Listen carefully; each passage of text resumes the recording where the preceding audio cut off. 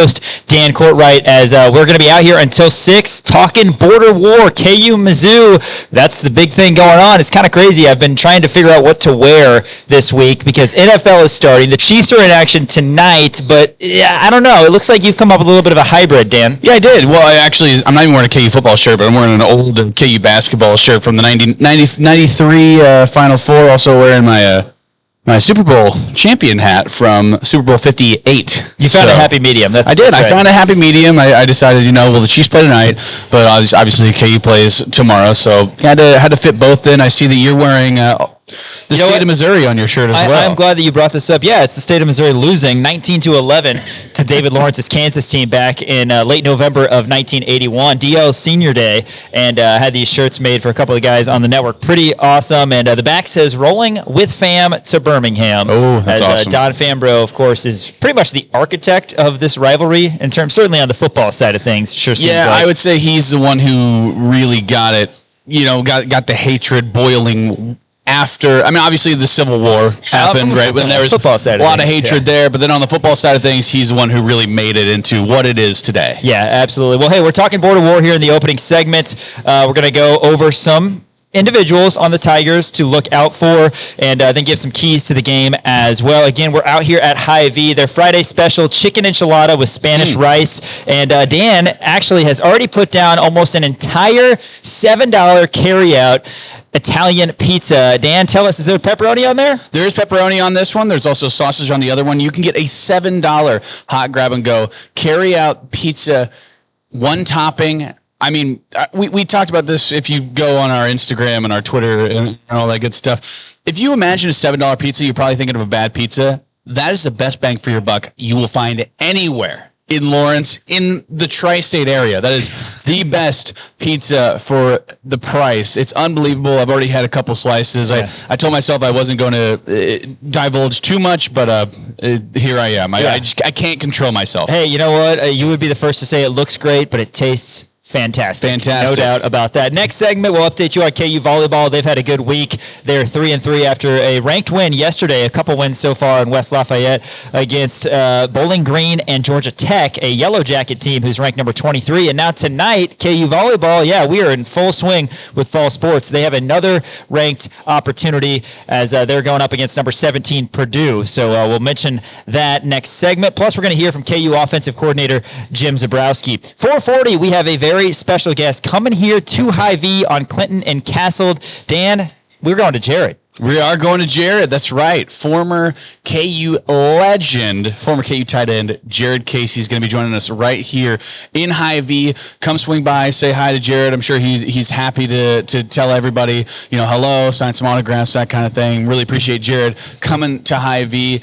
He had a little bit of something beforehand, but we're 99.9% sure he's going to be here at 4:40, if not a little bit later. Hopefully the timing works out all right with Jared. But I obviously appreciate him. Going to talk to him, just kind of roll through his career. Going to talk to him about the KU Mizzou. Talk to him about what he's seen from this squad so far. Yeah, looking forward to that conversation from the pride of Plainville, Kansas, Jared Casey. What a name for a town, isn't it fantastic? Oh, you can't make that stuff up. I love it. 5 o'clock hour on a Friday. Ding, ding, ding, ding, ding, ding, ding, ding. Sports Stock Market. We'll tell you whose stock is up and whose stock is down in the world of sports. There's going to be a highlight on the NFL game last night, which lasted a really long time. Was an incredibly entertaining game through 2.5 quarters. Little bit of a weather situation that led to a delay, and then the game was very boring after that. But a couple topics on that front in our sports stock market.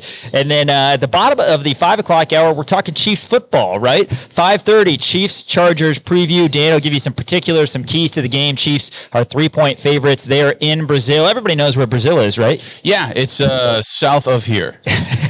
Did you see the Kelsey thing on that? No, I didn't. I guess Mahomes was throwing Kelsey under the bus for not knowing where Brazil was. But hey, everybody made it there safely, and should be exciting football game. Another international game for the Chiefs. We're going to close out the show with some game picks. I mentioned Chiefs-Chargers. There's an entire slate of NFL football. I know everybody will be locked into 7 hours of football on Sunday if you're watching football. NFL Red Zone, and then the college football game picks as well. Dan Courtwright will let us know if he thinks Texas Tech will cover that 48.5 against Kent State, plus a few other games on there. Hey, but let's talk KU Mizzou, the border war, or if you'd prefer the Storage Mart Border Showdown. I do not prefer. I actually get them prefer. In there? You know what? I'll prefer the Storage Mart Border War. Just call it the Border War. That's what everyone calls it. Nobody, except for, I guess, if you're contractually obligated to, calls it the Border Showdown. We call it the Border War because, hey, according to Sean's shirt, it's a damn war.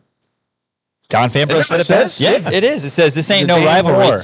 Yeah, Don Fambro, a legend, and certainly, like I said, right in the middle of this rivalry. All right, well, Mizzou, we've talked a lot this week on Rock Chalk Sports about their quarterback, Bo Pribula, who came over from Penn State, obviously a highly regarded guy. His first game as a Tiger against Central Arkansas, 280-plus yards, 23 of 28, plus he had 72 rushing yards and 2 additional touchdowns, so he accounted for 4 touchdowns. That's where it starts. I've talked throughout the show, and I certainly hope that we're talking on Monday about what I've said earlier this week, which is this could be his welcome to the show moment if KU is able to heat him up. KU's got the front 7 to do that.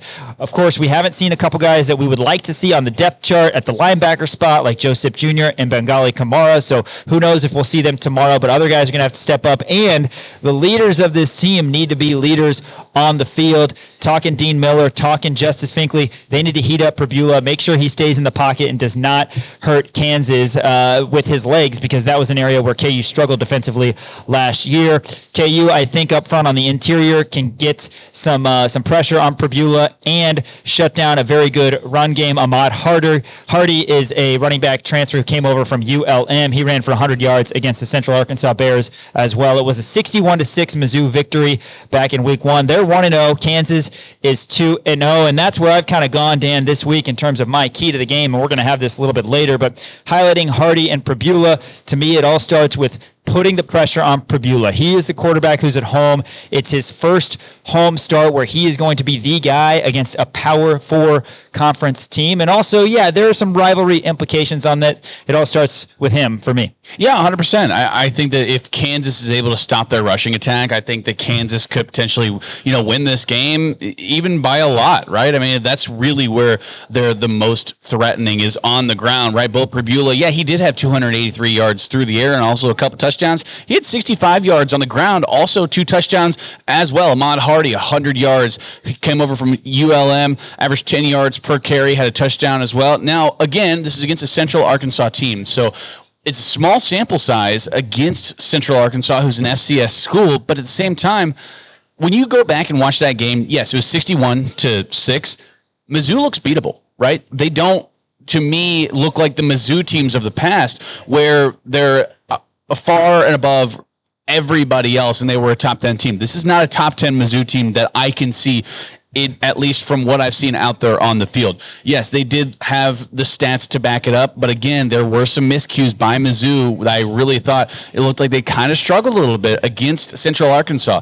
Now, the score is not going to represent that, obviously, but at the same time, go back and watch the tape, and you can really see that. And also, this is, like you said, Bo Pribula's first time really being that guy at home, right? This is going to be his first start. Penn State would use him kind of as a gadget guy, right? He would come in every now and then, and they really liked what they saw out of Bo Pribula at Penn State. This is going to be his first time really leading the charge on his home field in Columbia. So it's really going to have a lot of pressure on Bo Pribula's shoulders. Now, it is going to start up front, right? It's going to start with DJ Withers, with Tommy Dunn, right? Even the guys off the edge with Dean Miller and Justice Finkley. I want to see Dak Brinkley get in there and get some play as well, because I think that he's got some untapped potential that we really haven't seen yet. So I want to see that front line really do some damage. Yeah, no doubt about that. And that's a lot of Mizzou on offense, KU on defense. We've had separate segments throughout the week regarding Mizzou offense, KU defense, Mizzou defense. So let's real quick, before we hear from Jim Zabrowski, flip to that offensive side for Kansas. And it all starts with Jalen Daniels. There's a lot of talk on Pribula and what KU is going to have to do defensively to contain him. But you know that Mizzou is concerned about JD6. 7 touchdowns, 450-plus yards through the air this season. Yeah, he threw an interception at the end of the first half against Wagner, but otherwise he has been near perfect first 2 games. And this is an opportunity for a guy who's already made his mark on the Kansas program to go out and have a statement win. Jalen Daniels will probably never be forgotten as a KU quarterback, and a great one at that. But if he wins this game in Columbia for KU,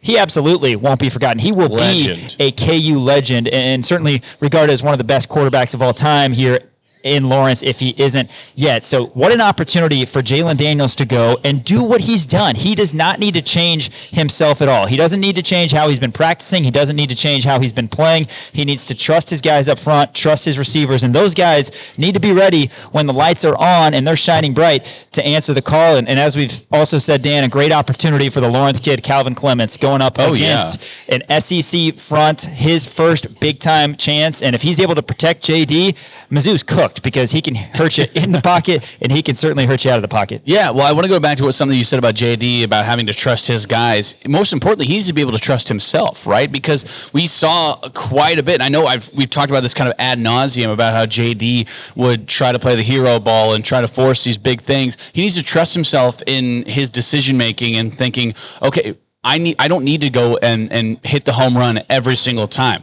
right? I can do these 5 to 10 yard little outs or slants or whatever, just make the right decision, find those guys who can find those soft spots in the zones that Mizzou likes to play, right? And then back to what you were saying about Calvin Clements. Yes, this is going to be his first opportunity to go up against an SEC caliber defensive front. This is going to be a big test for him, but I think he's battle tested. I think he's ready for it. He's been ready for it for the last couple of years, and obviously he's been having to deal with some injury, but this is his time to shine, and I think that he understands that. He himself has even brought it up, like, hey, when I first got here, I just kind of, went off to the side. I was never really talkative, never really, wanted to step up and say anything.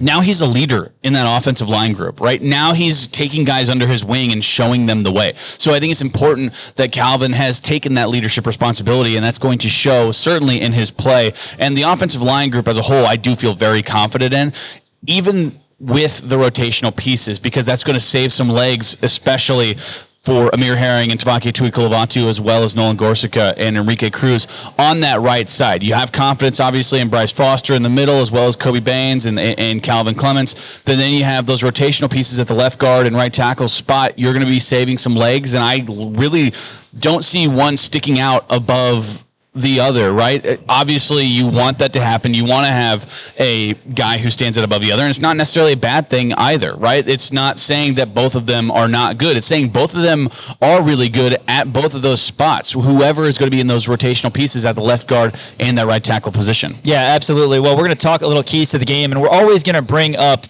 turnovers, takeaways, right? That's always going to be important when it's a good team against a good team. But I'm going to go with two other things. My first one is going to be to win the battle of the one part of the game we haven't discussed, special teams. Can you win special teams? Can Money Marjan come through with a couple huge kicks? Because he's definitely going to be pressed into action, and there's going to be pressure. It's going to be loud. There's going to be things hurled at KU, both physically and verbally. He's got to be ready to be Money Marjan when it matters most. And also, are we going to see Finn Lappin, or is it going to be Graydon Addison? We didn't see Lappin against Wagner. That doesn't mean that he's not going to play. The depth chart had it listed as Lappin or Addison. Either way, whoever's out there punting for KU needs to make sure that they have efficient ones. And KU's got to not turn the ball over. You got to catch the ball when you're a kick returner or punt returner. Do everything you can to win the battle of special teams, the field position battle as well. That's my first key. And my second key, if you protect JD6, you're going to win the game. Because if that happens, that's going to open up so many things. JD is going to be comfortable in the pocket. He can roll out of the pocket, as we've seen him do so many times. That's going to be key. And that's also going to open up the run game. We haven't talked about Highshaw and Williams yet, Dan, but if JD is able to be protected and do what he does, then you have your running game open, and KU's got two big-time horses back there. So those are my two keys to victory in the border war. I love that you pick special teams, because special teams is often the forgotten third child, right? But obviously, when you have guys like Finn Lappin who could potentially play, Graydon Addison also is pretty good too, but there's also a 10-yard difference between their punts, right? So you would rather have Finn Lappin there, but obviously Graydon Addison is okay as well. And Money Marjan, like you said, has just been lights out his entire career. So I love that on special teams. And then Tate Nagy, talk about a guy who's cocky in a good way, right? He wanted to return everything against Wagner. And I absolutely love the fact that he was a true freshman coming in there with the utmost confidence, wanting to return everything against Wagner. It just, to me, feels like the perfect kind kind of punt returner. That's exactly what you want out of a guy like that. Also, Keaton Quebec got some play in there as well. Hopefully, you're able to keep them to punts. I want to see maybe some trickery, maybe some fake punts, maybe a surprise onside. I bet you we see something. I bet you Coach Onatolu really cooked something up. In terms of my keys to the game, really, and I talked about it earlier on in the week, it's containing the run on the defensive side of the ball, right? If you can contain Bo Pribula, flush him out of the pocket, but also get those tackles for a loss, I think that's going to be a big time key for this Kansas squad. And you're going to have your linebackers step up. Trey Lathan did a great job against Wagner, right? He was the leading tackler for Kansas. He had 4 tackles, I believe, maybe 1.5 for loss. If he's able to step up and step into that leadership role with Bengali and Joseph both being out, Jason Gilliam, we still don't know if he's going to be out. I believe he is going to be out. So that could be that's 3 essentially scholarship players in your linebacker room who are not going to be playing against Columbia. So you want to have a good game by John Kamara. You want to have a good game by Trey Lathan. You want Ezra Vedral to figure out the mistakes that he made last time and really get out there and make an impact once again. So I really hope that that's the key. And then on the offensive side of the ball, I know you said open up the run game, establish the run game. I want to see JD throwing some bombs. I think that I think that our wide receiver group compared to their secondary is much better. Obviously, they have a very good front line. They have a very good middle, right? Their linebackers are very, very good. Their secondary, I think, is their weak spot. So I think Emmanuel Henderson could be able to stack his man and hit the home run ball. Well, absolutely. And we can talk about our secondary as well. But one thing, going back to your point about KU's defense, if the front 7 does what we think they can do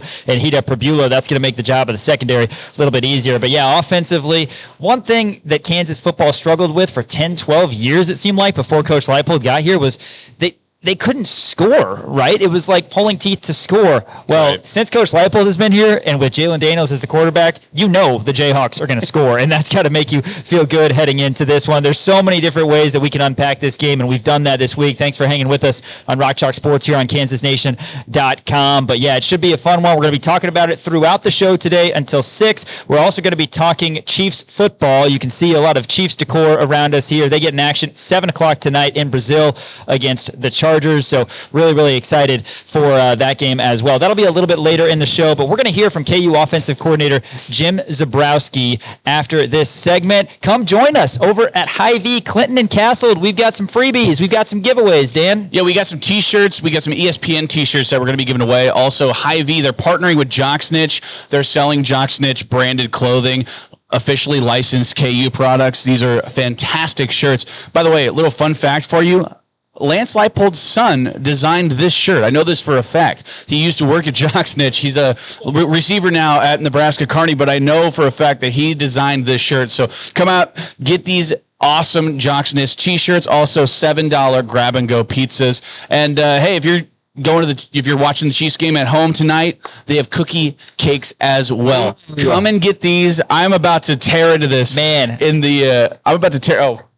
There we go. It's in the shot now. I'm about to tear into this in the commercial break. That is my favorite kind of cookie and my favorite kind of cake. I'll tell you that much. Right, you know exactly. That. Yeah. So they got a bunch of really great stuff here at Hy-Vee. Come check out all of their great stuff, all of their great Chiefs gear, the $7 grab-and-go pizzas, $8 chicken enchiladas. I mean, where else are you going to go? Yeah. Hey, the bakery hits every time here at Hy-Vee. Come say hey to the guys, Rock Chalk Sports, KansasNation.com. Thanks for watching. We're going to hear from Jim Zebrowski next segment, KansasNation.com.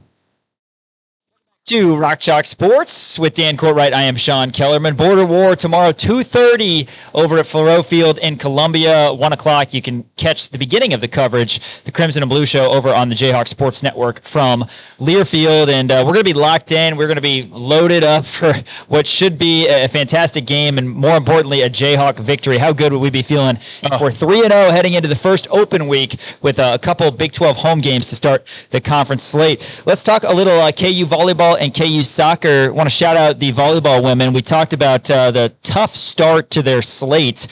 Their first 4 matches all went 5 sets. They won the first one against Vanderbilt, but lost 3 consecutive 5-set matches, all to top 15 teams. Well, the AVCA recognized how close Kansas was in all of those as they dropped just from number 14 to number 15, and now they're in West Lafayette at the Purdue tournament, and they picked up back-to-back victories. Got to be feeling good. On Wednesday, they knocked off Bowling Green in 4 sets, and then yesterday they beat a top 25 team, number 23 Georgia Tech, in 4 sets as well. Double-digit kills from Ryan Swanson and Jovana Zelenovic, and 4 service aces from Reese Patak. How about that?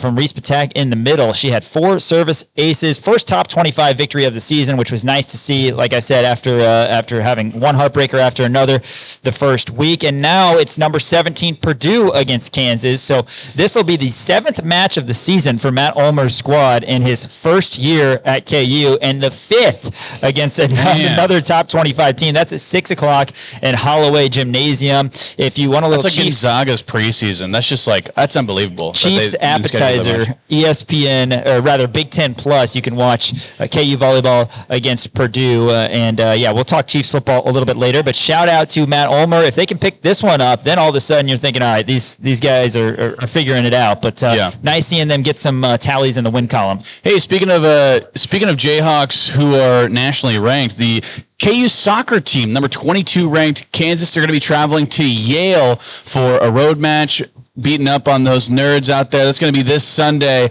at Reese Stadium in New Haven, Connecticut. KU right now, their soccer team, they're 4-0-2. They went 1-0-1 last week. They tied against number 2 Florida State. Impressive stuff from them. So really looking forward to Nate Lee's second year, and reigning Big 12 champion coach Nate Lee as well. Also, for the Border War, you can go to the booth this Saturday. They're having an open house. They're having a family fun zone. You can watch the game on the big screen. It's going to be a lot of fun. So if you're not able to go to that, watch it.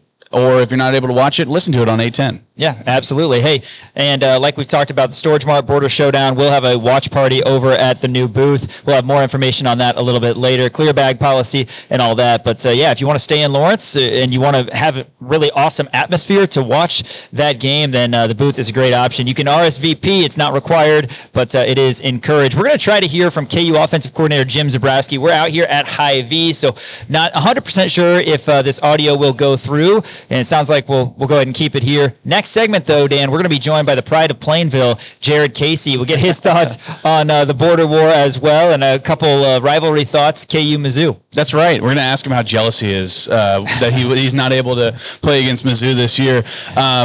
Really excited for Jared to be coming out here. Obviously, KU legend, has top 3, we were talking about this, top 3 biggest plays in KU football history. So shout out to Jared for coming out to Hy-Vee. Come on out to Hy-Vee right now. They're having a $7 grab-and-go pizza deal. The pizza's delicious. It's the best bang for your buck you can get anywhere in Lawrence. $8 chicken enchilada deal. They have Jocksnitch licensed T-shirts, also cookie cakes. I mean, what more could you want?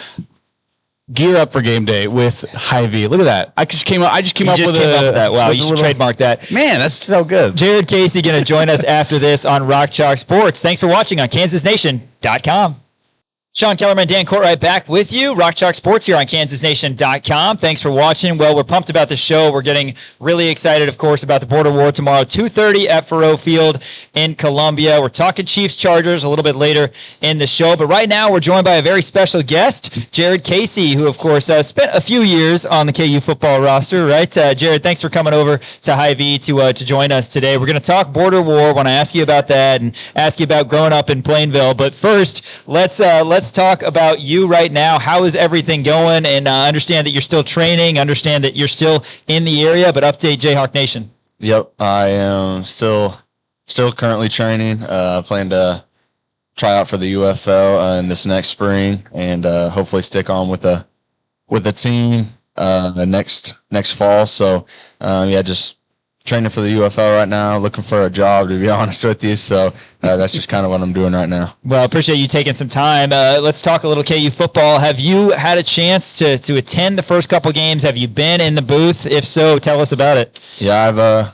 I've been in the booth both home games, and I'll be in Columbia tomorrow. So I've been watching a lot of the games, like what I'm seeing. So I'm jealous but excited for tomorrow. What's your favorite part of the booth from what you've seen? Have you been able to tour all the different areas? I haven't got to tour it yet, but I'd just say really just the atmosphere. I mean, that first game was insane, to be honest with you guys. So it was cool to see everything come about. Yeah. Obviously, you've been working out there. You've seen it essentially built from nothing, but how much of a sense of pride do you take in that? Because obviously you were there at the beginning of the rebuild, right? Obviously everybody knows the Texas catch. I'm sure it gets brought up every single time somebody talks to you, but obviously the Texas catch, and then having that rebuild, and obviously Lance and Jalen and everybody, all the success that all of you guys have had. How much pride do you take in that now, seeing the final, well, not the final product, but at least a product, 2/3 of it done? I mean, just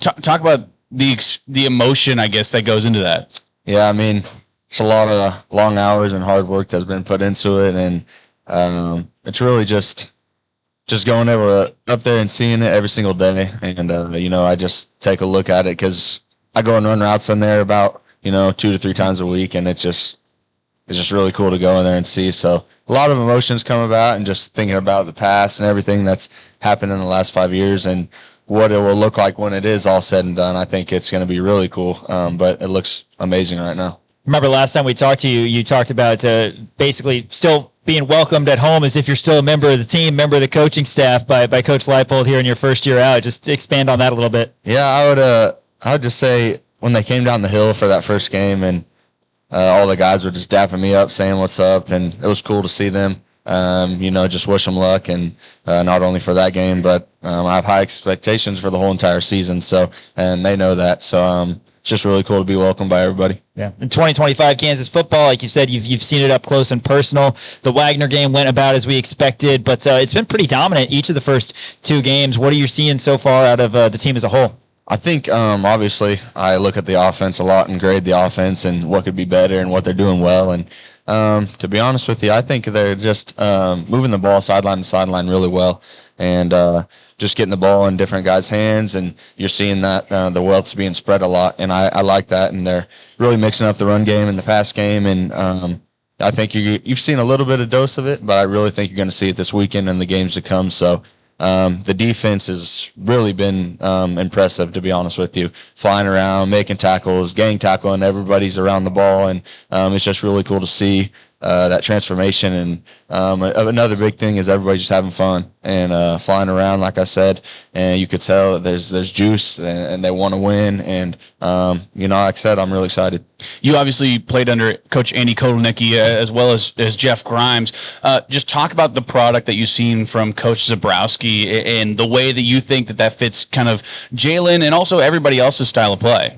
I think everybody saw a dose of it when we played in the Guarantee Rate Bowl, and obviously Jalen and Coach Z are really close, and I think you're going to continue to see that, and they complement each other really well. They get each other. They've been together for the last 4 seasons, and it's really starting to show. And Jalen's getting back to who Jalen is, and he's getting more comfortable, and he's not sped up, and the game's slowing down for him. So I'm really impressed with how he's handled things, and he could have got up and called it a career, but at KU and went somewhere else, but he stuck it through. And obviously, I think that's credit to Coach Z too. Yeah, 100%. Jared Casey joins us here in studio, former tight end for the University of Kansas. And I want to talk about the tight end room. Deshaun Hanika as well as Carson Bruin. I mean, a lot of these guys. What have you seen from that tight end room? Because those guys are, long, lengthy, and we finally saw Deshaun get into the end zone after a long time coming. Just what have you seen out of that tight end room? Yeah, I like the way that they're rotating a lot. Everyone's being fresh and going into Coach Z's putting them in a position to excel at what they're good at. And I think you're seeing that different plays, different formations, different sets, and guys are going in and doing what they can do at the best of their ability. So I think just being able to go in and do your job on that specific play, and you'll be able to see that, like I said, as the season goes on. One thing that I've brought up on the show going back to all of last season, because we didn't see it as much last season as we did in 2023, and this kind of goes off what you're saying with the tight ends playing to their ability. Mason obviously had the size, and under Coach K's offense, and obviously Coach Z was a part of that, there were so many plays just as an onlooker where Mason was wide open down the middle on a tight end seam. Is that something that you think Kansas and Coach Z are going to break out? Because we know that the offense has been mostly vanilla through 2 seasons, but they do a lot of pre-snap motion, a lot of trickery, and taking advantage of guys' talents. Yeah, I think you said it best. We it all goes into film review and what this defense is on each week, and I think that really shows as Mason got open multiple times. I think one game that's really memorable is the Oklahoma State game where he literally went down the middle of the field 2 times. Right. So I think that was a credit to the defense and what we saw on film and being able to fake the run action and him be wide open. So I think that you're going to see a little bit more of that. And like you said, it's been vanilla these first 2 weeks, but Coach C's got a good mind on him, and he's got some good help on the other staff members too. So you'll see it come out. Yeah. Well, I wanted to talk to you about, obviously you've been, in that locker room, obviously the week leading up to big games.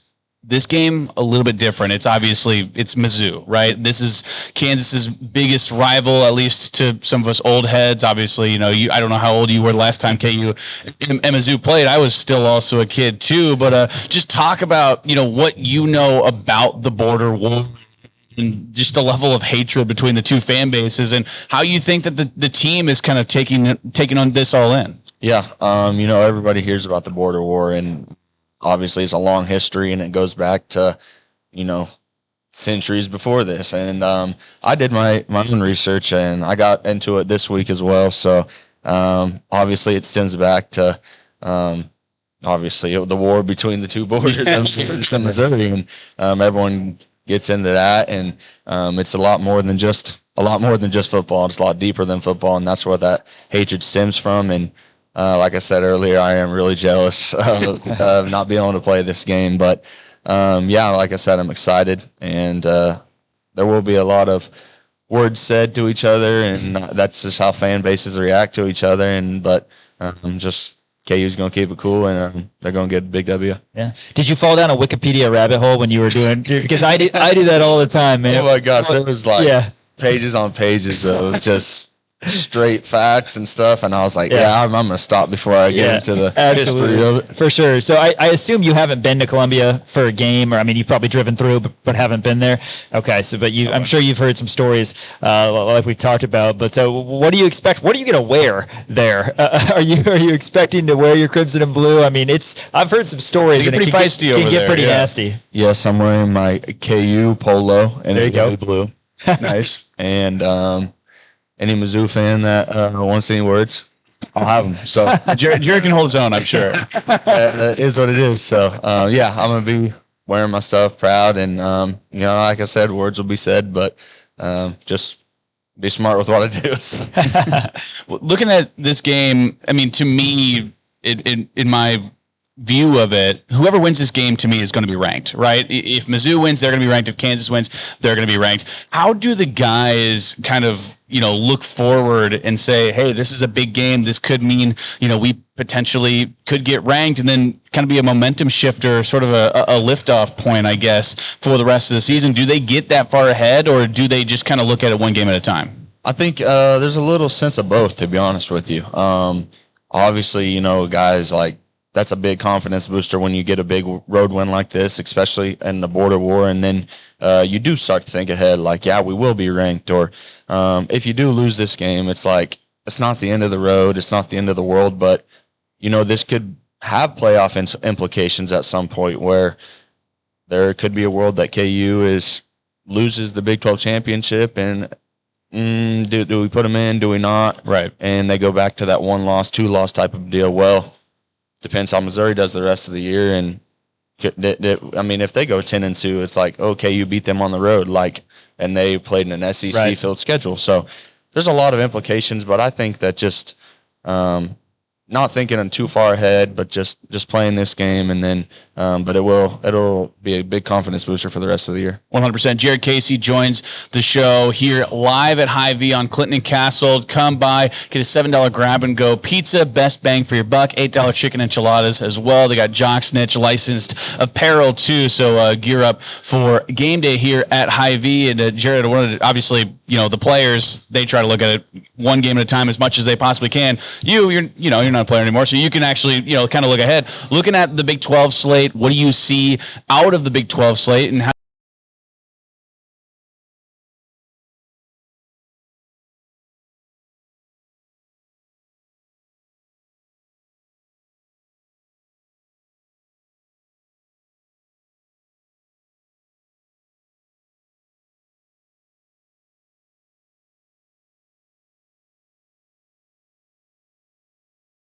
they're going to be in the Big 12 race, and you got Iowa State, and they're obviously playing really well, and they got a big game this weekend against Iowa. So, that's where it comes back to game, and then you just take every single opponent, and you might have a two-loss Big 12 champion. You just never know, and that's the big thing about the Big 12. And like I said, you just got to take it game by game and just focus on winning. Yeah, no doubt about that. Jared Casey here live at Hy-Vee, Clinton and Castle. And Jared, tell us a little bit about some of the guys you keep in touch with, either that are on the team or your previous teammates. Have you talked to them a lot about the border war, or how are those conversations going? Just kind of update Jayhawk Nation on anybody you can. Yeah, I see a lot of Devin's tweets and stuff about him wanting to play, and I saw Leipold say about he'd come back as a walk-on if he could. If it meant he got to play this game. So obviously, I talked to Luke Grimm a lot.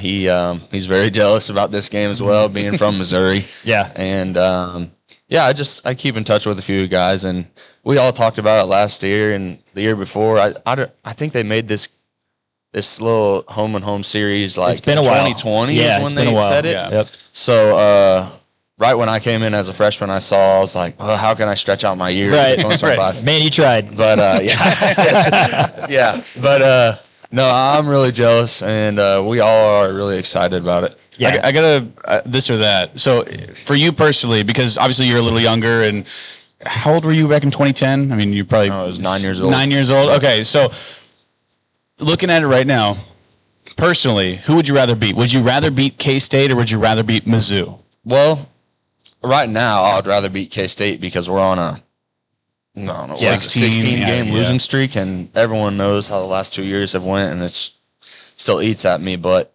obviously, I remember I think I said in another interview was like, I remember the Kerry Meyer touchdown to win the game against Missouri, and I was listening. I went into my parents' van and locked the doors and just turned on the radio and listened to that, and I still vividly remember that moment. So, but right now I'd probably have to go with beating K-State. Sure. That's fair enough. Jared, what's going to be key for Kansas tomorrow? Obviously, you're still familiar with some of the guys, particularly JD and Kobe Baines and Bryce Foster and some of these guys who are atop the depth chart for KU. And you could start on the offense, but maybe a defensive key as well. But mainly focusing on KU, what does KU need to do to execute and make sure they get a win? I'll start with the defensive side of the ball.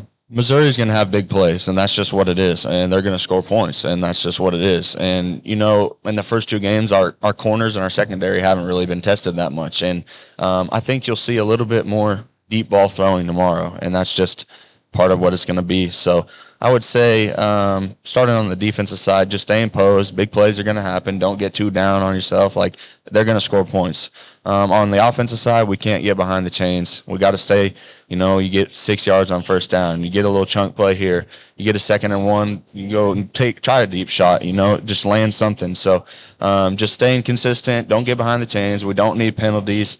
And I think whoever wins the turnover battle has a really big chance of winning. And a lot of people don't see that. But even if it's 2-1 like that, that's a big thing that people don't even see. So I think those are two major keys. Yeah, 100%. Jared Casey joins us here at Hy-Vee, Clinton and Castle. Come on, swing by, get a $7 hot grab-and-go pizza, as well as a $8 chicken enchilada meal served with Spanish rice. All their stuff is fantastic here at Hy-Vee. And Jared, obviously, last time we talked to you, you were basically fresh off of mini camp, and we know that you're still training to try to get to the UFL. Talk to us about that experience in training camp, because you were there with Marvin Grant as well at the Chiefs training camp. Just talk to us about some of those guys, and maybe some guys that you're still in contact with from your NFL minicamp experiences. Yeah, going back to the mini camps, it felt like being a walk-on again, to be honest with you. I mean, everybody's good at that level, and obviously I still strive to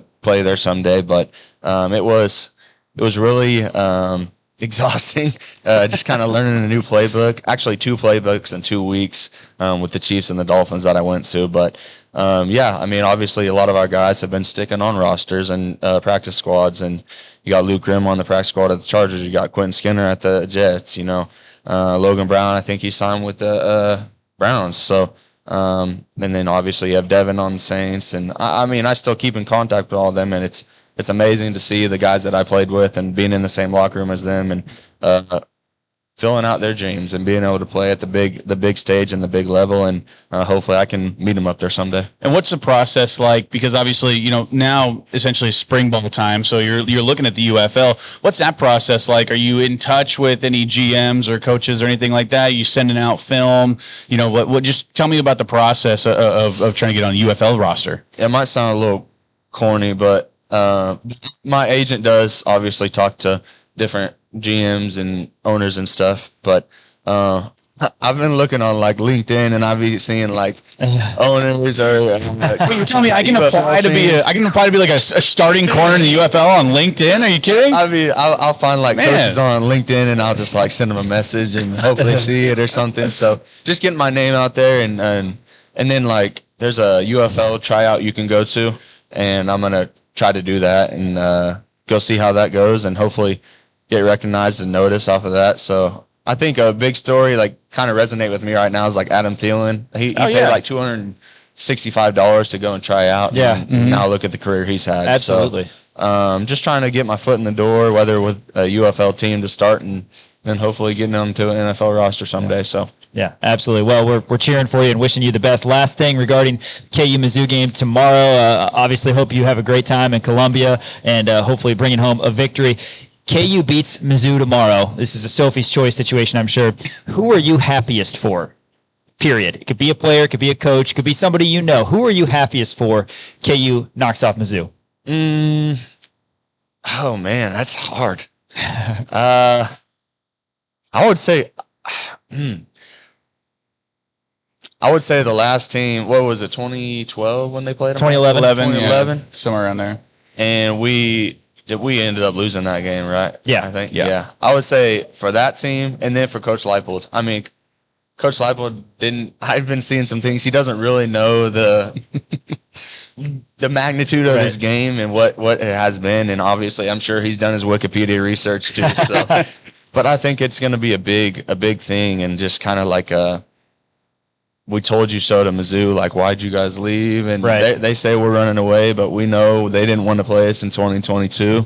That's damn right. So remember that. So that's just kind of what it is. So I think that it'll be a big stepping stone for the team for sure. Yeah. Well, hey, one thing Coach Leipold has done, no matter where he's been, is win, and hopefully that's the case. He's going to do that tomorrow in the Border War. KU Mizzou 2:30 tomorrow. Jared Casey, wishing you the best. Thanks again for joining us, and Rock Chalk. Yes, sir. Appreciate you guys. All right, absolutely. Hey, we're after this going to get into our sports stock market every Friday at 5 o'clock here on Rock Chalk Sports. Thanks for watching on KansasNation.com.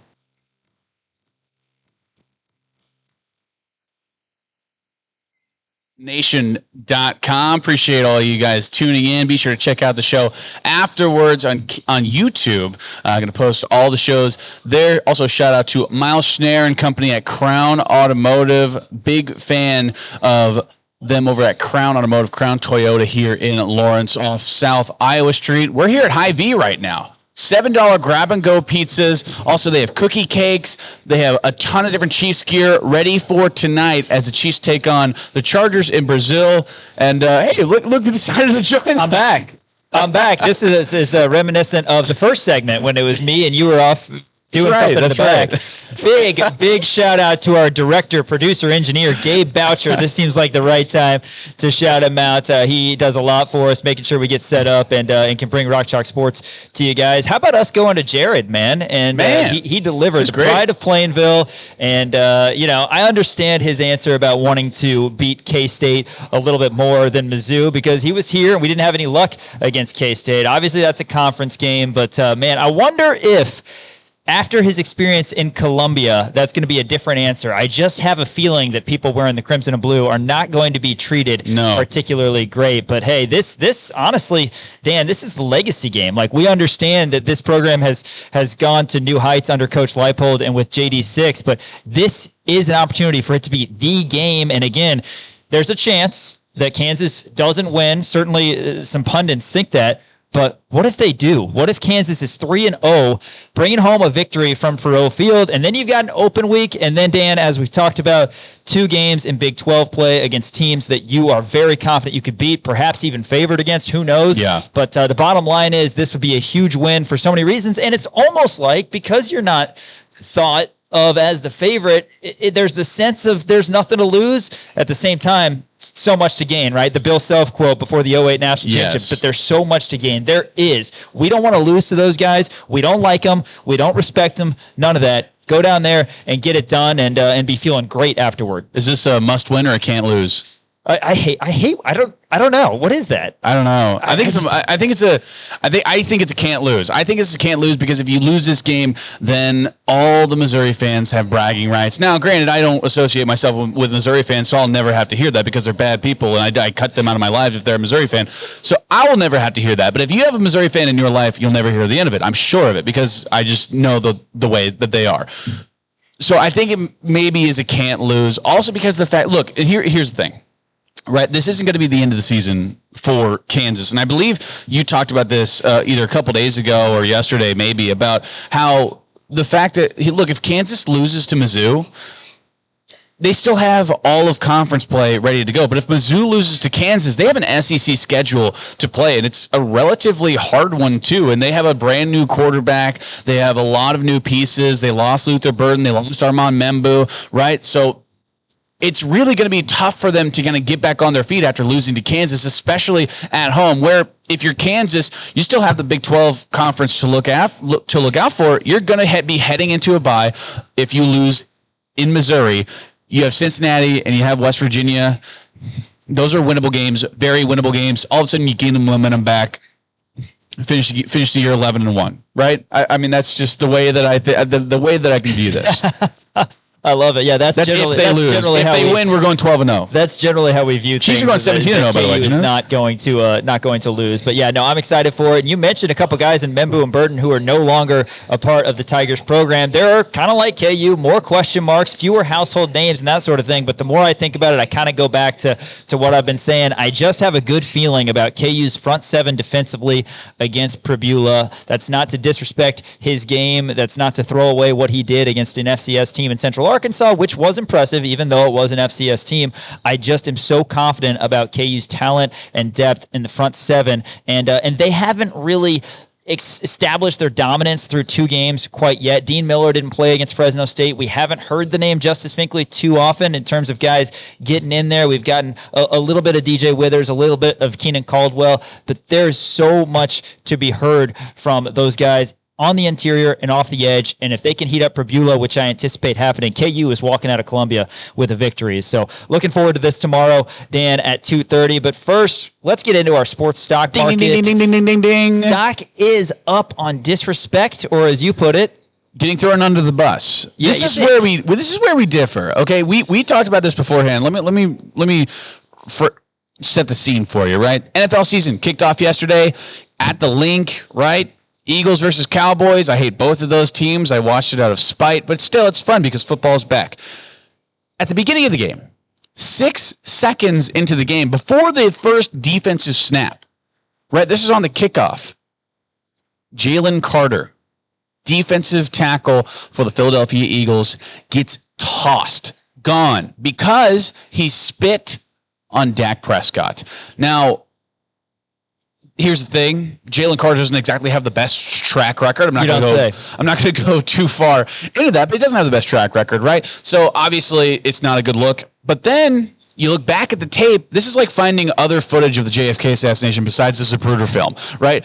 You go backwards, all of a sudden, about 5 seconds earlier, Dak Prescott's actually spit on Jalen Carter. No, it wasn't. He didn't spit on him. He absolutely spit. It went directly towards him. He spit into his face guard, little shield. He was trying to spit, and as he was trying to spit at him. As Dak said post game, venom, like a snake, 1,000 times.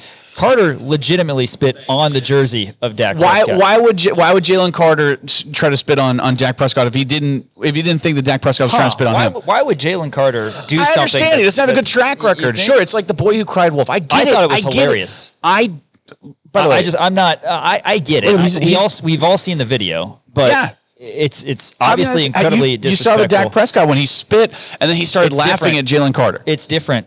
It's different when you're. I think this is like doing that, and you've got a face guard, and you're talking to somebody. To me, the way that it looked like is like you're on the playground and you push some kid and that kid pushes you back and then he gets in trouble because the teacher only saw that. That's how life works. That's how life works. But that is what happened. We have video footage of Dak Prescott spitting on Jalen Carter. If you get annoyed by that and you react, that's on you.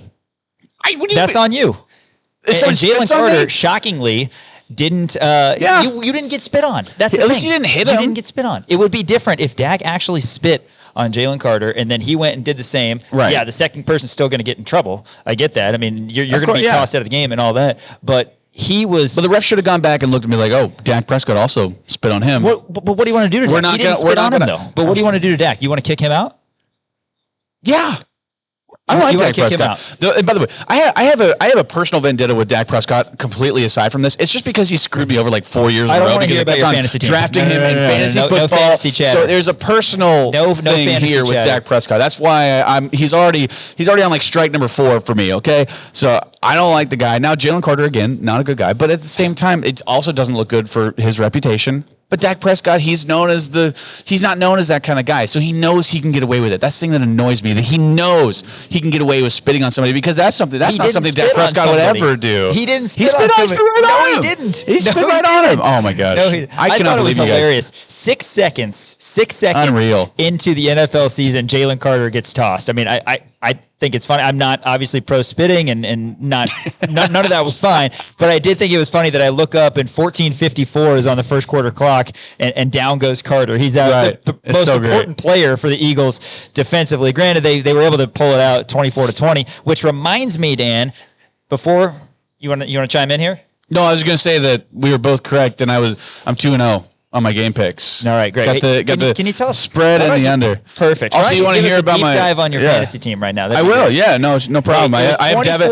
I actually did draft Devin Neal. It was 24-20. Eagles won. Cowboys covered the 8.5 as we anticipated they would do. But stock is down on revenge games because Miles Sanders, your boy. No, I know. Fumbles the football at the goal line. Cowboys would have gone in front. That's also a real bad beat for overbetters. I know. As literally, that's huge for me because I had the under. The over/under when I saw it was 47.5. At halftime, it was 21-20. By my quick calculations, that's 41 points.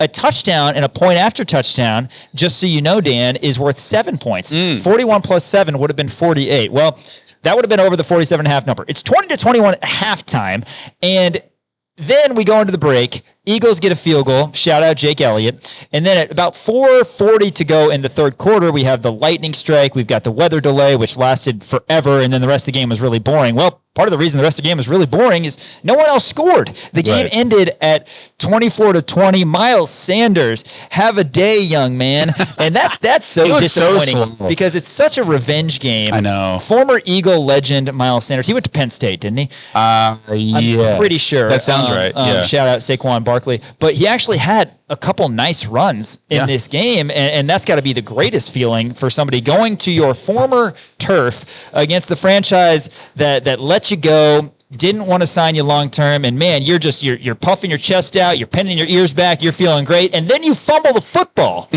You fumble the football. 5,280 feet is what Denzel Washington would have made him run after fumbling that football. Did his blockers fumble the football, or did he fumble the football? He did. He fumbled the football. Down on revenge games. Miles Sanders screws the pooch, and also over/under bettors are not happy if they were on the over. Under bettors are thrilled. Did you see CeeDee Lamb leads the league in drops since 2020? That's crazy. 2022, I think. I thought you were saying this year, which he also probably leads the league. Yeah, obviously he leads the league in drops this year because only one game has happened. I thought that was a more difficult catch than a drop. It was a really tough catch. No, I agree. I know. Somebody brought that up, and I was like, I just assumed that title went to Kadarius Toney, but I guess not. He doesn't get enough run. No, I mean, sorry, not Kadarius Toney. Young Joka. That's his rap name now. Yes. Hey, stocks up on fake jobs. I love this so much. So Pablo Torre has this. By the way, Pablo Torre has this new podcast called Pablo Torre Finds Out. He has dug up so much dirt on people in sports. It's fantastic to watch because everyone kind of wrote Pablo Torre off about how you're not a real journalist. And this guy's doing research, and he figured out one of the biggest cover-ups probably in all of sports, at least in the last 10 years. So Kawhi Leonard plays for the Los Angeles Clippers right now. Kawhi Leonard apparently, per Publitory, was found out, was being paid $28 million under the table with a fake tree planting business set up by Clippers owner Steve Ballmer. This is essentially a no-show job where he was paying Kawhi Leonard $28 million to plant trees. He didn't plant, by the way, he planted like one tree for $28 million. The reason he did this... I'd sign up for that. I know, no kidding. Right, yeah. Where do I apply, right? Do I go on LinkedIn? But here's the thing, though. This was found out. This is a big time, like, money laundering kind of thing. The reason he did this is because he was trying to manipulate the cap, and he thought, oh, well, if I just cut his salary, by $28 million and then just pay him with my side business where he plants trees, which he never does, then it'll all be golden. Well, Pablo Torre found this out, and it is not a good look for Kawhi Leonard and Steve Ballmer. Is anything going to actually happen? I mean, isn't Steve Ballmer like one of the top 5 richest people in America? Yeah, but you got to think like they got to like suspend Kawhi, that maybe take away some draft picks. $28 million is nothing to the Clippers. No, it's not. But still, it's. I mean, to get around the salary cap. It would change my life. You sure? It would change my grandchildren's life. That's how much money that's how much I need that for that. Yeah. No. That is so interesting. I love that it's a fake tree planting business. I mean, it could have been anything. By the way, it's bankrupt now. The tree planting business is now bankrupt. Shucks. But somebody did post on Twitter. They said they have evidence that Kawhi Leonard did plant a tree in their neighborhood, and there's just like a little sign that says Kawhi Leonard, Los Angeles Clippers, next to a tree. It's really weird, but that's got to be like he probably did it like one time, just to say that he did it. But yeah, basically he just had a no-show job where he got paid $28 million for nothing. Yeah, that's fantastic. Isn't that great? Stocks down on crime. Tell us about this, Daniel. This is fantastic. Yeah, stocks down on crime. So today we mourn a national hero who unfortunately is no longer with us, and that is Stream East. Stream East, the illegal streaming website for all sports, got shut down. So apparently the site last year, get this, $1.6 billion, that's way wrong. 1.6 billion total visits over the last year. And then investigators uncovered a shell company that was used to launder $6.2 million in ad revenue. Insane. Here's the thing. I have DirecTV now, and I watch all my stuff. And you pay for all your stuff, and you watch it legally. I'm going to say I know somebody who knows somebody who used to use Stream East. Wow. I know somebody who knows somebody. You haven't turned them in yet? Yeah, no, and I haven't. No. We've come to a misunderstanding. You really shouldn't associate yourself with these people. For later. I see. I know somebody who knew somebody back in the day, back in college. Maybe they were a broke college kid who, lived in a house with 5 other guys. Is that acceptable? I think so. At that point, 1.6 billion visits last year. Yeah, that's unbelievable. They shut it down. So, by the way, there's like 1,000 more out there you can find, but Stream East was the biggest one. I've heard. Yes. I've heard. I wouldn't know. But yeah, this is crazy. I mean, even like big NFL teams and different, sports officials are talking about this. Like, man, this is crazy. Like, Stream East is no longer with. Did you? It's no longer with us. Did you ever know somebody who knew somebody about that ever used that stuff? I am not. That's tough. I don't know. Sure, right. Yeah, I mean, you don't associate yourself. You don't associate with those kind of people. I keep my circle tight. I keep my circle tight. That's for sure. No, I understand that. We talked about how football is back, right? We're on week 2. KU's 2-0. Mizzou is 1-0. We've got football tonight. We've got football all day tomorrow. We've got football all day Sunday. And at some point, we're going to have 55 consecutive days of football when Maxson starts to get going. You can watch things on Tuesdays and Wednesdays. But the bottom line is Sunday is the best because you have 7 hours of football on Sundays. NFL Red Zone, Daniel, now is not just having the overlaid commercials that they had last year, which everybody was upset about enough. I know. They are having the full-on commercials to where there's going to be times during that 7 hours where you're actually going to be able to get up and use the facilities and not miss anything on your TV. I need to know your reaction to this. I can't imagine it'll be a positive one, but how much do you consider moving away from Red Zone and footing the bill for something like Sunday Ticket? I have a hot take. If you watch Red Zone, you don't really like football. You don't really like football. It is the TikTokification of America. You only want to see the touchdowns. You don't care about the plot or the storylines or how they got into the red zone. You don't care about that. All you care about that's the problem with today's generation. It's all about the dopamine kick that they get, right? Watch a football game front to end, and watch eat the commercials. Eat the commercials. That's all part of it. Think about the story. Think about the plot of. Think about the flow of the game. Watching the flow of the game. I understand it's a hot take. Okay. I know it's a hot take. But I would rather watch a full game than watch the red zone. Okay, so that is, first of all, it's red zone. It's not the red zone. Second of all right, so noon to 6:30 or whatever on a Sunday.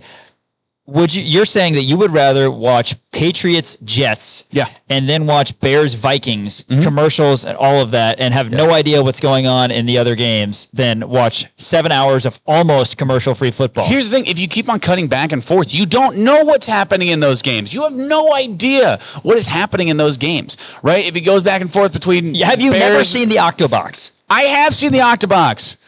I want to watch the game from start to finish. If there was a college football red zone, I wouldn't be able to talk to you about how good the KU offensive line is, or what I like out of X amount of people, or you wouldn't be able to see sacks. You wouldn't be able to see big defensive plays. You wouldn't be able to see matriculation down the field. They show that stuff. No, hardly ever. They show big plays. Hardly ever. No, if you are not a disrespect true Scott football Hansen fan one more time, you know I'm what? gonna stand up and leave. You know what? No. I'm just. Right. You do not. I'm not gonna say I like Scott Hansen. I'm sure he's a great guy. Yes, he is. I'm sure he's fantastic. I like him. I do. I like him. I know. I understand. This is a hot take by me. But if you watch Red Zone, you're not a true here's football the guy. deal. Here's the deal. Sometimes you have to mooch off your mother-in-law's Hulu subscription. Sure. And that's the best option you have. Not all of us can afford Sunday Ticket. Yes, I would like to see every play from every game every week. Absolutely. So why don't you just pick a couple? Has been the best. Also, you don't. I will say this though. Man. It now has commercials, as I alluded to. That's making me rethink some things. It should, because I don't want to watch Patriots. Oh no, Jets. You're going to have to watch a full Jets. football game. I don't want to see that. You poor thing. Oh my gosh. Instead of just watching the highlights, right? That's the TikTokification of America, folks. The Tic Tacs and the YouTubes. TikTokification of America. All right, stocks down on EA Sports because we will not have EA Sports college basketball 2026. But yes, silver lining, 2K. They're cutting in. So obviously, if you've played 2K, I haven't played 2K since I think it was 2K16 was the last one that I played. But now apparently in 2K, you're able to do career mode where you start in high school and then you go to college and then you go to the NBA. That is essentially what is happening. So EA Sports was talking about bringing back EA college basketball, right? I believe the last one. Did the last one have Blake Griffin on the front? That sounds right. That sounds right. I think I remember having. No, I didn't have that one. I remember. I still have the video games where KU players were on Drew Gooden back to back. Drew Puddin, EA Sports, college basketball 2003, and then the next year Nick Collison was on. That's right. Final Four 2004. That was the name of it. So shout out to those guys. But that's huge. Yeah, no, as long as we'll have a college basketball game. So right? that's the thing. I used to play that, and I absolutely loved it. But all the colleges are now talking with 2K, and they want to stick with 2K, which is the bigger brand right now, if we're going to be honest. That's obviously the biggest one in terms of, basketball video games, so you want to be a part of that. Now, it's not going to be all college basketball. I don't know if it's going to be specifically in in career mode where you only play there for a couple of years and you go to the NBA. I don't know about any of that. I personally, I want to play as Kansas and then be, essentially for 20 plus years, just have I don't know, that to me is fun. Like being basketball coach. Absolutely. Yeah. I think that's fun. If it's only in career mode and it's in story mode, doesn't really catch my eye as much. Well, let's make the sports stock market full circle as we started it talking about a lack of sportsmanship, terrible disrespect by a professional athlete in Jalen Carter, who deservedly got booted from that game when a completely innocent Dak Prescott was just trying to have a little fun. And let's talk about how stock is up on sportsmanship. Stock is up on sportsmanship. I'm glad you brought this up, Sean. So the Seattle Seahawks, they're doing something interesting this year. They're planning on having undercover cops dressed up in the opposing team's jerseys to check for unruly fans. This is straight up a press release. Man, what if they did that in Columbia tomorrow? Oh my gosh! I know. You know how many people would be going to jail. Yeah. So this is from Renton, Washington. This says Seahawks announced today that undercover law enforcement officers will wear opposing team jerseys at home games this season in an effort to quickly detect guests violating the fan code of conduct. Law enforcement and Lumen Field event staff will proactively intervene to support an environment where all fans can enjoy the game free from the following behaviors. And it lists a bunch of other, like beating up people and throwing beer cans and all that different kind of stuff. So what do you think about it? Is this a little too 1984-y or this is too much? This is too much. I don't like it. Authoritarian dictatorship but kind of? I do want to take this opportunity to shout out the Seattle Seahawks jerseys. I think I generally prefer retro jerseys, but the glow up that they had in the Russell Wilson, Marshawn Lynch, I mean, it's way better. So you don't like it's way better than the Matt Hasselbeck. I mean, fine seeing the throwbacks, but the Seahawks current jerseys are pretty sick. With the was it the houndstooth kind of? Is that what it was? I think so. Yeah. It like kind of looks like like Bear Bryant's hats, but like darker. I like the modern Seahawks jersey. I was gonna ask Jared Casey, so I'll just ask you what jerseys do you want to see the Birds wear tomorrow? Ooh, I know they're holding off on the white Warhawk jerseys for the UCF game. I bet you. Here's what I bet. I bet they go white tops, blue bottoms, blue cap. Okay. I think white cleats. Mizzou seems like they'll probably go with the all black unis. So they are. Well, no, they're going yellow bottoms. They're going black tops, yellow black bottoms. Black tops, yellow bottoms. I did see that on Twitter. So they're going black tops, yellow bottoms. I hate them even more. I can't even. I've said this before. I can't even look at the Mizzou logo without getting angry. Same. So when I see it's a bad logo too. It's an oval. That's terrible. No, it's awful. Well, I don't know. As long we won't see the red. Isn't that great? Had that last week. Both of our rivals have the dumbest logos in all of sports. We could see the Wildcat, the Power Cat. Every man, woman, and child is a Wildcat, though. That the ear folded back. I always thought that was an eye. I thought it was the dumbest thing in the world. Anyway, I kind of hope KU goes with the blue top. I mean, let's be the Jayhawks out there. Blue top. I'm good with the white bottom. You go blue top on away game? We went blue on blue. You have blue and black. That might be too close. Yeah, we went blue on blue against Fresno State. So, I was gonna say baby blues, but no. You should go baby blues. Yeah, you gotta keep it. No, I'm with you. Keep it normal. But anyway, that's our sports stock market for today. After this, we'll give you a quick update on the Storage Mart Border Showdown watch party information, and Dan is going to cook. He's going to tell you all you need to know about Chiefs and Chargers tonight, 7:00. You can watch it on YouTube. Back after this, you're watching KansasNation.com.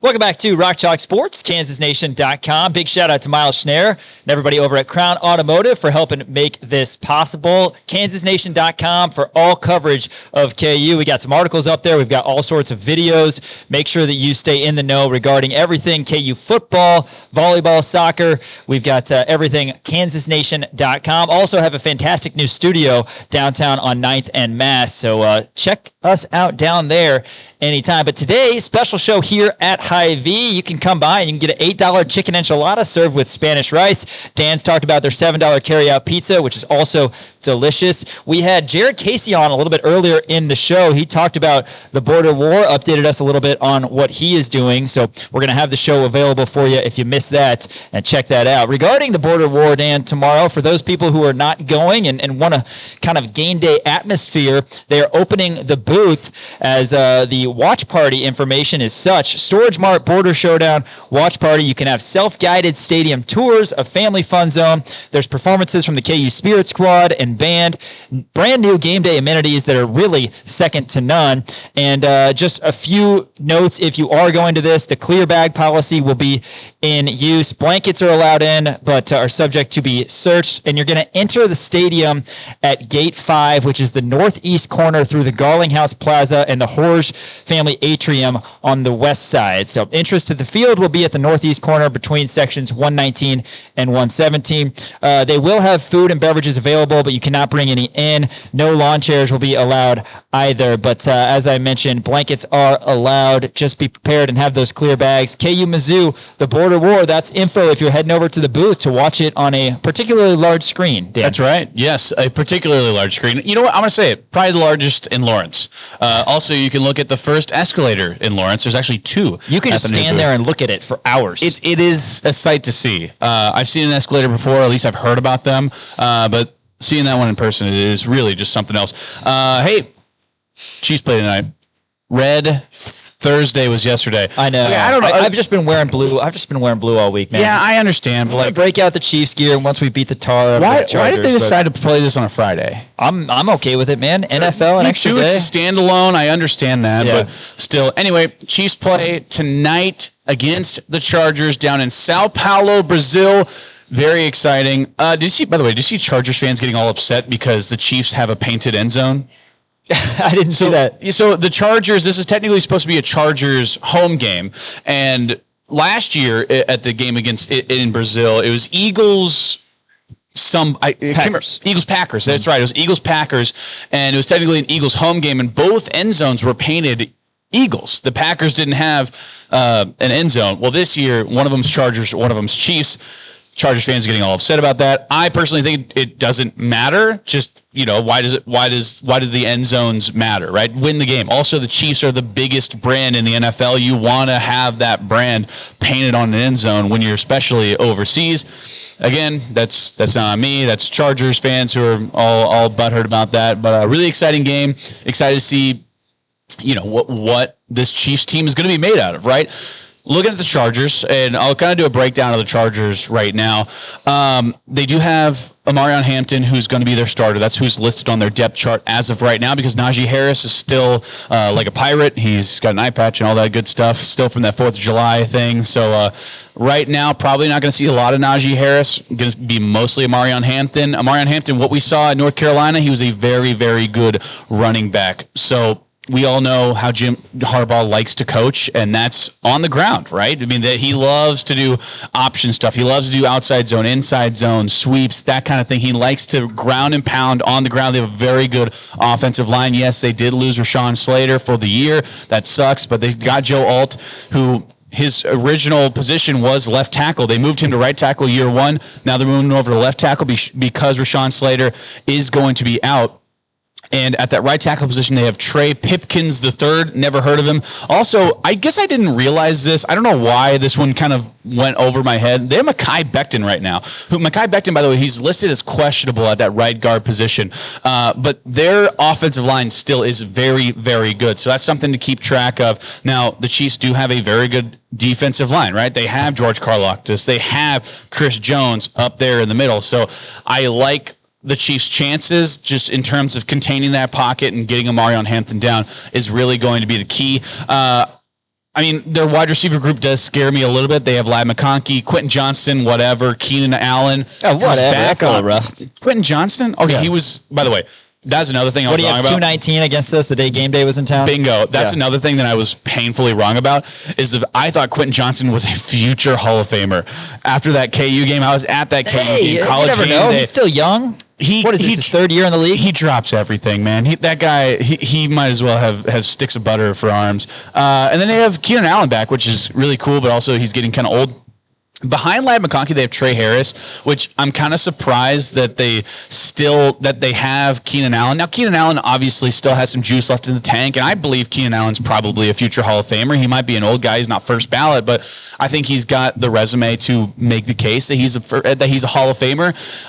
To me, you have to play Trey Harris over him. I know he's a rookie, and he probably will get more playing time, more snaps than Keenan Allen does. But Trey Harris is a fantastic player. He's a very, very solid wide receiver who came out of Ole Miss, who I think is going to be a shock to a lot of people for this Charger squad. So it'll be interesting to see. Obviously, we don't know what to expect because we haven't seen Amarion Hampton in a full game, right? We saw a little bit of him in the preseason.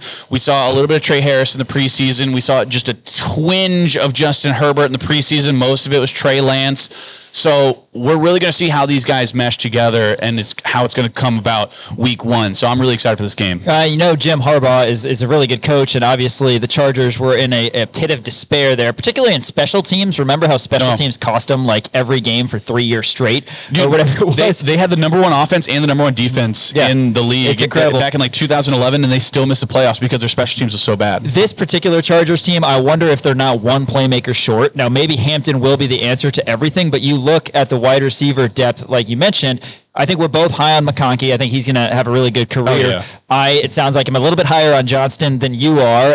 I'm out on him. Great first couple years, but like you said, Keenan Allen is aging. He's still going to be a factor out there. But you wonder if they're going to keep up with the Chiefs this season and fight for the division if they're not one playmaker short on offense. When we're talking Chiefs football offensively, well, obviously Chiefs aren't going to have Rashee Rice tonight or for the 5 games after tonight. So who do you turn to? Well, hopefully a very healthy, very productive Hollywood Brown. You know you've got the deep threat and a guy who really came on as a rookie right away, and Xavier Worthy. So you have those. But as I talked about on yesterday's show, I'm expecting a big season from Travis Kelce. Kelce did not have good numbers last year. Since becoming a full-time tight end, it was his worst statistical season. And yeah, there are reasons for that. Obviously, he's getting older as well, and the Chiefs didn't have a ton of other options, so defenses would key in on Kelce. And I just like the fact that even without Rice, the Chiefs are going to have options because, like I said, you are going to have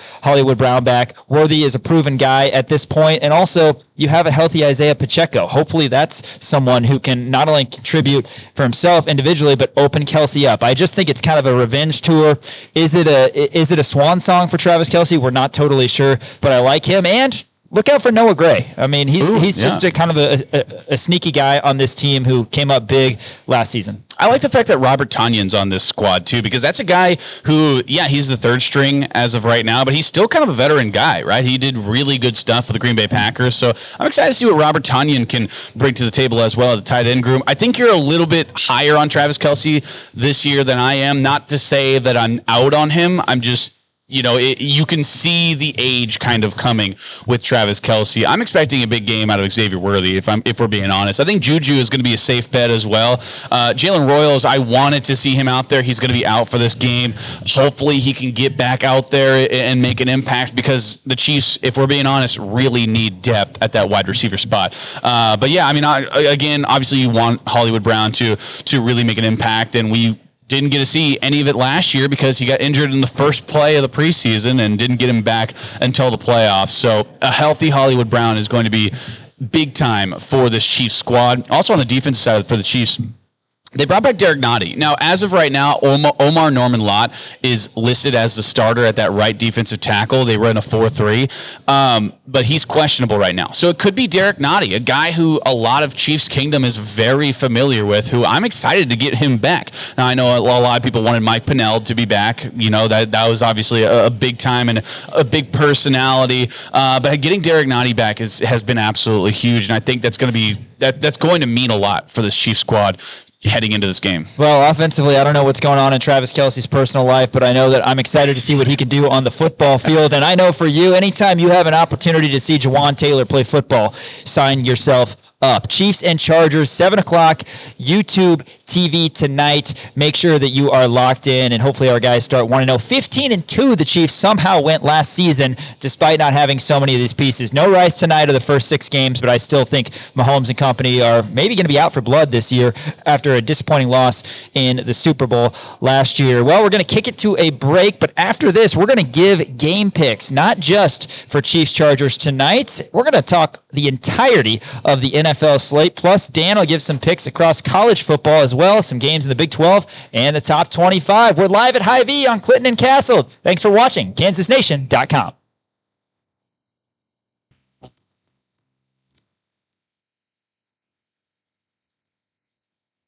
You're live at Hy-Vee on Clinton and Castle. Come on by tonight. Get a chicken enchilada served with Spanish rice for just $8. And always appreciate coming out here. Shout out to John and Keegan and all the good people here at Hy-Vee as they host us on this special Friday, a monster show. Of course, it's a Red Friday. We're playing tonight, Chiefs and Chargers and Brazil, and less than 24 hours, Dan, from the border war. Yes, a huge weekend if you're a sports fan in and around the Kansas City area or the Lawrence area, wherever you are, if you're a Chiefs fan, if you're a KU fan, hopefully not if you're a Mizzou fan. But yeah, a huge weekend ahead. Like you said, monster show. And we got more football coming up this weekend as well because the NFL season is officially here. It's here, folks. NFL season is finally here, and we get to do game picks. Which I know, Sean, I know that's game picks to you, right? NFL is here, and you're all about it. Well, let's start tonight. In Brazil, Chiefs are given 3 to the Chargers. Over-under is 47.5. I wonder if this line perhaps would have still been 3 if they were playing in L.A. And the Chargers don't exactly get a home field advantage there either. So, Dan, what are your thoughts? Are the Chiefs going to cover? That was mean of you. I'm just saying, man, nobody shows up. I know. They should have never left San Diego in the first place. That's a great fan base out there in San Diego, but they saw dollar signs, so they left, and there are literally no. I don't think Chargers fans even exist that live in LA who are diehard Chargers fans. I do like the Chiefs at -3 here. I think the Chiefs are going to win by probably a touchdown. Over under 47.5 feels low to me. I could see this going over. I could see this being, a 27 to, or I guess no, I was about to say 27-20, but that would hit the under. So maybe it does hit the under. I do think it hits the over though. I think that the Chiefs put up some pretty big numbers, even though it could be a ground and pound kind of game. The clock could run with how much that Jim Harbaugh likes to run the ball. I don't love the pick, but I think I'm going to take the over, and then I think Chiefs are going to cover. I'm just going to take Chiefs -3. Not sure on that over-under either, but I do like the Chiefs on that front. All right, let's go to Sunday slate in the NFL. The New York Giants are getting 6 at America's team, the Washington football team. That's right. Over-under is 45.5. This is the start of Jaden Daniels' MVP race. Right now, it starts here, week 1. Okay, so not a Mahomes guy. Give me... No. Jaden Daniels is going to be top 3 MVP votes. I have a handshake bet with like 5 different people on this, and it has to be correct. So I need this to be correct to pretend that I know ball for a second. But yeah, Jaden Daniels, rock star. Terry McLaurin just signed. I think he's going to be locked and loaded, ready to go. I love Dan Quinn. Give me the football team, -6. I think this is going to hit the over as well. 45.5 seems low to me. Give me the over in that one, but give me football team too. Hey, first step to not be in the MVP conversation is to lose at home to the New York football Giants. Bengals -5.5 at the Browns. Over under 48.5, Dan. I got to give me the over because of the fact that the Bengals defense is so bad. And I think the Browns win this one outright. Right, I think the Browns have a really good defense, and going up against Joe Flacco is obviously going to be tough. Right, he still has Jamar Chase and T. Higgins and all these kind of guys. I think it's going to be a very high scoring game. Give me the over 48.5. Give me Browns money line. I think Joe Flacco brings them to victory. Well, I can't imagine you have a lot to say on this one. Cardinals -6.5 at the Saints. Over under is 43.5. Can I say this right now? Spencer Rattler is not good. Spencer Rattler is not a good quarterback. And every single week, I'm going to pick against the Saints on the spread. Okay. So give me the Cardinals at -6. I don't even know. 43.5 is super low, even though both teams are not exactly offensive firepowers. You know what? I'm going to say this game goes under 43.5. Okay. I think this is a super low scoring game. I think the Saints lose by more than a touchdown. Well, if you thought that was low, that brings us to the next revenge game. Steelers -3 at the Jets, 37.5. Yes. I mean, back to the Meadowlands. 37.5 is ridiculous. But we do have a revenge game on our hands. I like Aaron Rodgers in this one just because of the fact that it is a revenge game. Oh, the Steelers really don't have a whole lot of people who I think could really do some damage, right? I mean, the I like Jets, Jaylen Warren. they still have Sauce Gardner. I mean, they've got an okay defense. I like Jaylen Warren. I like DK Metcalf. Oh, they do have DK. They do have I forgot DK they had DK Metcalf, Metcalf. So I remember Cowherd talking about how they traded essentially one diva wide receiver for another, but George Pickens and DK Metcalf are not on the same level of in terms of diva. Give me the Steelers here. I like Steelers at -3. I think I like Aaron Rodgers in a revenge game. We shouldn't be highlighting Rodgers in a revenge game when it really is Justin Fields' revenge game. True. I'll take the Jets money line. That's the story. You're money line. All right, we'll roll through the rest of these NFL relatively quickly. Bucks are given 1.5 at the Falcons, over under 46.5. I like Michael Penix a lot. Give me Falcons money line. Where am I supposed to do that? Oh yeah, no, Falcons money line. That works. No. No, I'm supposed to take. I'm taking the point. You take the point. Yeah. I will take the point. So give me Falcons to cover the spread, but I think the Falcons win this game. Michael Penix is awesome, and I think Drake London, he's gonna really make a case at the receiving yards leader this year. I think Michael Penix and him, they've finally got a year under their belt, right? All the confusion with Kirk Cousins and the Michael Penix thing. Penix coming in later. Now Penix has at least half a season under his belt. I think he's really gonna shine this year. So give me him. Also, sneaky bet, Kyle Pitts over 100 yards in this game. Over 46.5. I think this game gets weird, and it's the highest scoring game on NFL Sunday, 35-30, something along those lines, Falcons and Bucks. Panthers +3.5 at Jags, over under 46.5. What a disgusting game this is. That's got Panthers, Thursday Night Jaguars, Football written all over it. Yeah, put that on local television for Carolina. They would never do that. They would never do that. Don't make us sit through that. You just game. said you would love to. You just said earlier you would love to sit through and. I know that's true. Anyway, we have a lot of games we got to get I through. We do have a lot of games to get to. Give me Jags. Give me Jags -3.5. I don't think the Panthers cover in this one. I think Trevor Lawrence is still a good quarterback. I like what I saw out of Bryce Young the last 4 or 5 weeks of last season. That's Give true. me the Panthers +3.5. Dolphins +1.5 at the Colts, over under 47.5. Yeah, give me the Dolphins money line in this game. Or I'm sorry, I'll take the point. I'll take the point. I'll take the 1.5. Take the point. It's right there for you. Dolphins cover the spread. I don't think the Colts are very good. Daniel Jones is going to be starting for them. You know how I feel about Daniel Jones. I think that he makes other Daniels in the world look bad. So give me the Dolphins at +1.5. I want to take a money line. Give me the under in this game, though. I don't think it's going to be very high scoring. Under 47.5. Speaking of not very good, the Raiders +2.5 at the Patriots, 44.5. This is Drake May's year, man. This is Drake May's year. I do not have a lot of confidence in Geno Smith. I like Pete Carroll as a coach. I don't think the Raiders are that good. Give me the Patriots -2.5. I think I like the Patriots -2.5 there as well. Titans, they're getting 8.5. That's the number the Cowboys were getting last night. They are at Denver, over under 42.5. I know you're a big Bo Nix guy. It's such a big spread that it's hard for me to take the Broncos, but I just don't see a world. Look, I don't know how good Cam Ward is going to be. He might be really good, but also his supporting cast around him is not very good. So you can have a great quarterback if you don't have a good supporting cast around him, not going to be good. Give me Broncos -8.5. I got a weird feeling the Titans cover here. They got a good coach in Mike Vrabel, and I was catching you there. Yeah, no, you did caught for a second. Making sure Brian you were Callahan, awake there. yeah. Hey, you forgot about can't believe Brian you forgot Callahan about is DK still Metcalf. So true. That's former Titans great Mike Vrabel. No, I think 8.5 is too many. Give me the Titans. Niners -1.5 at Seahawks, and over under is 43.5. Anything jump out to you there? CMC's probably not going to be playing in this game. I like the Seahawks here. I think Sam Darnold's still got some momentum behind him, man. I like Seahawks. Man, what a poopy year it was last year for the 49ers. Lions are getting 2.5 at the Packers, over under 47.5. Packers just got Micah Parsons. Lions defense looks good. I believe Aiden Hutchinson's going to be back. I could be wrong about that. Give me the under in this game, 47.5. Not going to touch the line. I'm going to take Lions plus 2.5. I don't think that they should be underdogs. I'm a big Jordan Love guy, but I do like the Lions on the plus. And then we got the Texans plus 3 at the Rams, over under 43.5. Give me the Rams here, -3. I like the Rams a lot, actually. I think that they're a solid team. They got a good supporting cast. I love Sean McVay.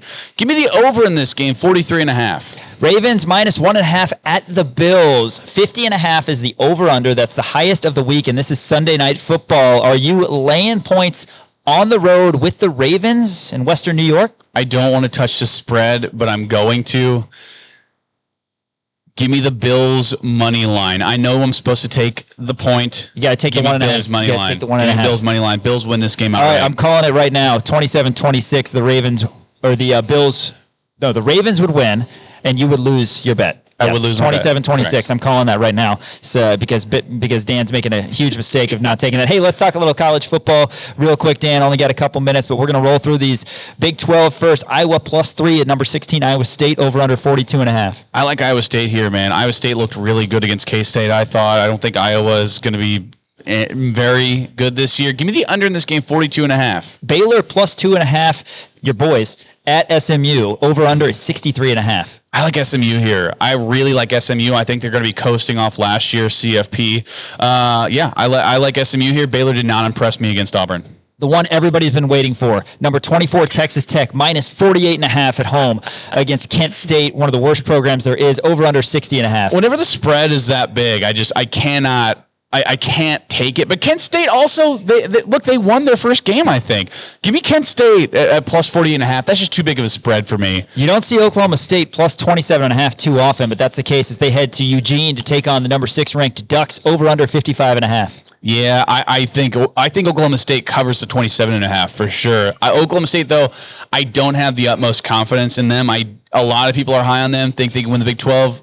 Not me. I don't like them, but I do like them +27.5 here against Oregon. Yeah, interesting. Some injury issues as well in Stillwater. The Blue Hens +23.5 at Colorado, over under 49.5. The Fighting Joe Flaccos. Give me Colorado here, +23.5. Excuse me.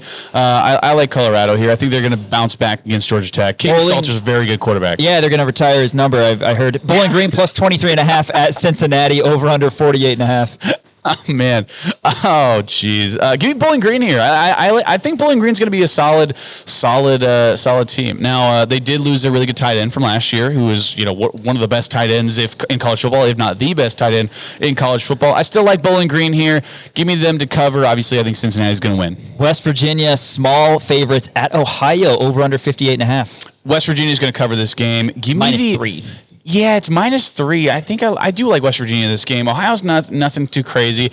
Give me the over in this game. 58.5 is a high number, and I think it's going to hit. In the Little Apple, K-State -17.5, hosting Army, over under 47.5. 47.5. Anytime you have Army, you got to hit the under. You just absolutely have to. Give me the under 47.5. Army covers. Army wins. Houston -14 at Rice, the little crosstown battle, over under 39.5. Yeah, this is going to be a lot closer. I think Rice covers, just because those crosstown weird rivalries, sometimes they get a little chippy. So give me Rice to cover. I think Houston wins. Give me the over 39.5. That's a low scoring game. Hey, another Big 12 team on the road in SEC country. Number 12 ASU -6.5 at Mississippi State, over under 58.5. Their fans are going after it on Twitter. They do not like each other, which is so weird. It's not like a rivalry game or anything. I love Sam Leavitt. Love Kenny Dillingham. Give me the Sun Devils. Remember last year when I was high on Sam Leavitt before the KU game? I was. You Man, were. he was pretty good. Stanford, your boys, +21 at BYU. Your boys. 44.5. Stanford sucks. They lost to Hawaii this year. If you lose to Hawaii, you're not a good football team. Give me BYU all the way. Hey, anytime Hawaii hosts a game, you know what? I'm a big fan. You know why? 11 p.m. kick. Oh, yeah. That's when you make all your money back. All right. Quick here. 3 of the top 25. Number 11, Illinois, -2.5 at Duke, over under 48.5. I like Illinois here. -2.5 feels low to me. Duke's not going to be very good. So, yeah, give me Illinois. All right. Number 20, Ole Miss, -9.5 at Kentucky, over under 50.5. You know what? I really like Lane Kiffin. 9.5 seems big to me. Kentucky, I believe that they struggled in week 1. Give me Kentucky to cover, Ole Miss to win. All right, and then number 15, Michigan, getting 4.5 in Norman against number 18, Oklahoma, over under 44.5. Yeah, College game day is going to be there. It's going to be a lot of fun. I like Bryce Underwood a lot. I don't think John Mateer is going to live up to the hype. I think he was very good at one point. I don't know if he's going to be living up to the hype. I don't like Brent Venables as a coach. Give me Michigan money line here. Michigan shocks the Sooners. Hey, John Mateer, pretty good player at Washington State now in Norman. All right, last one, Dan. You know we saved it for last. KU plus 6.5 at Faurot Field, over under 50.5. Say it with me, Sean. Rock chalk. KU wins, KU covers. Easy money. I think KU goes into Columbia and shocks the world. They enter week 2 ranked for the first time since last year. Week 3, right? It's confusing, right? The weeks are 0. Yes. Is it 3? Yes. No, it's week 2. It's for us. We're entering week 2 now. Oh yeah, okay, you're right. Yes. So it's week 3. But Maybe after the open week we'll get things figured out. KU playing on week 0 just completely messed me up. It's all confusing. Hey, Border War tomorrow. The Storage Mart Border Showdown. In fact, 2:30. We're going to be locked in and enjoy some Chiefs football tonight at 7 o'clock. For Gabe Boucher, our producer, engineer, director, wears a lot of hats. And for Dan Courtwright, I'm Sean Kellerman saying thanks for joining us here for Rock Chalk Sports on Kansas Nation. We'll catch you Monday on kansasnation.com.